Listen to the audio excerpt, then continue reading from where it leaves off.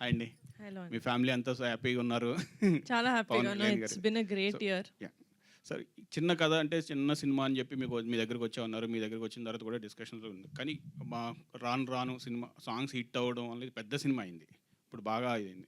So Pawan Kalyan గారిని కూడా పిలుస్తాను అంటున్నారు. సో ఈ కథను నమ్మడానికి ఫస్ట్ అంటే కొత్త డైరెక్టర్ ఇంతకుముందు ఎక్కడ పని చేయలేదని చెప్పారు. సో ఈయన్ని నమ్మి అంటే కథను నమ్మారా? లేకపోతే డైరెక్టర్‌ని నమ్మి ఈ ప్రాజెక్ట్‌లోకి మీరు ఎంటర్ అయ్యారా? ఇద్దరిలో ఎవరైనా ఒక్కరిని నమ్మడం కుదరదండి. డైరెక్టర్ గారు చెప్పిన కథను నమ్మాను అండ్ ఆయన విజన్ నాకు కనపడింది ఆయన ఇచ్చిన నరేషన్‌లో. సో అందుకని డెఫినెట్‌గా it's not a blind get go. ఎందుకంటే కథ బాగుంది అండ్ మా బ్యాకింగ్ ఉంటే, లేకపోతే మా ప్రొడ్యూసర్ గారి బ్యాకింగ్ ఉంటే with a good team I think we could make this a better film. We can make it a big film అనిపించింది. సినిమా స్టార్ట్ అయిన తర్వాత బడ్జెట్స్ పెరగలేదు. మాకు సినిమా స్టార్ట్ అవ్వక ముందే ఇంత బడ్జెట్ అవుతుంది అని ఒక క్లారిటీ వచ్చిన తర్వాత we went on board. All the best అండి. ఫణి గారు. Thank you. హరిక గారు, ఎక్సలెంట్.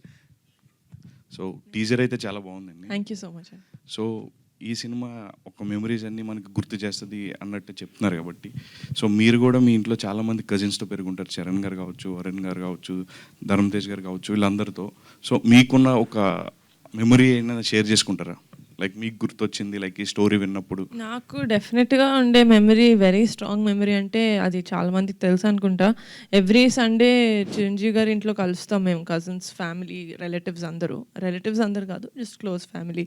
సో ఆ టైంలో ఒక ప్లేట్ పట్టుకొని నేను తినేదాన్ని కాదు, అందరి ప్లేట్ దగ్గర ఒక్కొక్క ముద్ద తినేదాన్ని. నాకు అది చాలా అలవాటు. సండే అంటే ఇప్పటికీ నా చేతిలో ఒక ప్లేట్ మీరు చూడరు, ఎవరో ఒకరి ప్లేట్లో నుంచి తింటూ ఉంటాను. So for me that is very good memory. ఈ సినిమా పెద్ద హిట్ అవ్వాలని కోరుకుంటున్నాను. థ్యాంక్ యూ సో మచ్ అండి. నిహారిక గారు, ఎస్, సో బేసిక్గా అందరూ పిఠాపురం ఎమ్మెల్యే గారి తాలూకా అంటున్నారు అండ్ మిమ్మల్ని మాత్రం నేను డెప్యూటీ సీఎం గారి తాలూకా అండి. అదే. సో ఆ పిఠాపురం ఎమ్మెల్యే గారి అమ్మాయి నిహారిక గారు అని అంటున్నారు. సో ఆ ఫీలింగ్ ఎలా ఉంది మీకు? ఓ చాలా బాగుంది. అంటే నేను ఐ థింక్ అది ఆ ఫోటో పెట్టిన తర్వాత అన్నారు అనుకుంటా, but definitely it's most happy feeling. ఇప్పటి వరకు the year has been very good. So we praying that Committee Kurrollu success అయితే దాంతో కూడా the year will be very good.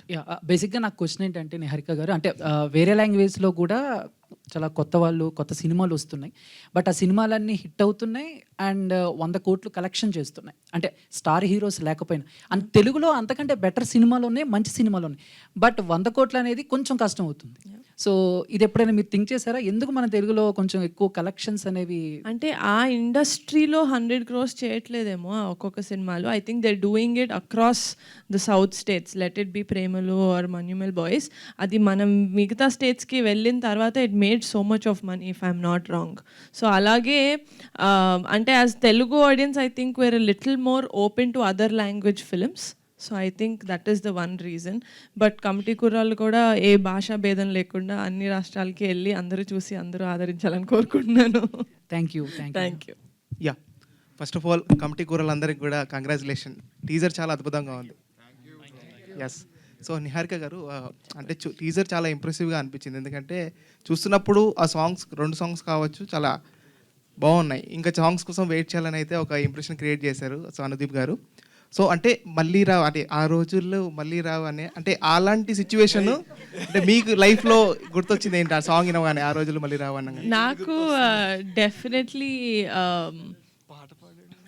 ఏంటి అంటే చిన్నప్పుడు, నేను చాలా చిన్నగా ఉన్నప్పుడు ఫస్ట్ ఫ్యూ మూవీస్ నేను చూసినప్పుడు మనకి చేంబర్ ఉంది కదా, చేంబర్లో నేను సినిమాలు చూసేదాన్ని. ఎందుకంటే బయటకు పంపించాలి కాబట్టి, మరీ చిన్నపిల్లని కాబట్టి ఫస్ట్ ఫ్యూ ఫిల్మ్స్ నేను చేంబర్లో చూసి, అప్పట్లో చిరంజీవి గారు ఒక్కలే హీరో అనుకునేదాన్ని నేను. అంటే నేను మిగతా వాళ్ళ సినిమాలు చూడలేదు కాబట్టి.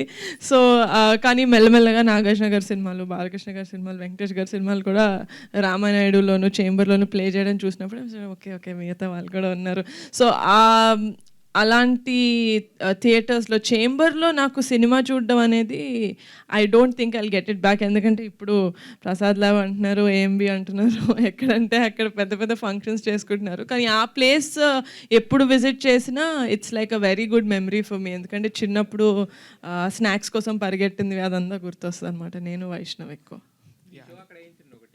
డెఫినెట్గా నాకు ఆ రోజులు మళ్ళీ రావు అనిపిస్తుంది. సో నిహారిక గారు యాక్చువల్లీ ఇన్స్టాగ్రామ్లో చూస్తుంటే ఎలక్షన్ ముందు నుంచి ఎలక్షన్ తర్వాత వరకు ఎక్కడ చూసినా పవర్ స్టార్ పవన్ కళ్యాణ్ గారే కనబడతారు. సో చాలా మంచి మెమొరీస్ కూడా మాకందరికి గుర్తు చేశారు ఎలక్షన్ టైంలో. సో అదే ప్రమాణ స్వీకారం చేసే రోజు కూడా చూసాం. చాలా ఆ మెమొరీస్ ఎలా అనిపించాయి మీకు చూస్తున్న వీడియోస్ అవన్నీ కూడా ఇన్స్టాలో?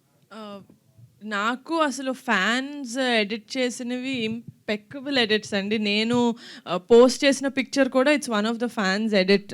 కళ్యాణ్ బాబాయ్ గారిది జస్ట్ రిజల్ట్ రోజు ఏదైతే పెట్టానో ఫోటో, అది కూడా ఫ్యాన్ ఎడిట్. సో ఆ ఎడిట్స్ చూసి, లేకపోతే మా ఫ్యామిలీ వీడియోస్ ఇవన్నీ చూస్తుంటే I just feel very lucky to be a part of this family. Pink elephant పైన వెబ్ సిరీస్ నుంచి ఇప్పుడు సినిమాలోకి వచ్చారు. సో మీ ఇంట్లో కూడా చాలామంది హీరోస్ ఉన్నారు. Yeah. ఎప్పుడన్నా ప్లాన్ చేస్తున్నారా ఏమన్నా? It's definitely a big leap నాకు. ఈ సినిమా కూడా నేను ఫస్ట్ సినిమా కొత్త వాళ్ళతో చేయాలి అని అయితే స్టార్ట్ చేయలేదు. డెఫినెట్గా ఒక మంచి సినిమా చేద్దామని స్టార్ట్ చేశాను. But I found these boys and Vamsi గారు. బట్ డెఫినెట్గా if there is a good script that నేను జస్టిస్ చేయగలుగుతాను ప్రొడ్యూసర్ లాగా ఒక స్క్రిప్ట్కి అనిపిస్తే కనుక డెఫినెట్గా మా ఫ్యామిలీ వాళ్ళతో కూడా చేస్తాను.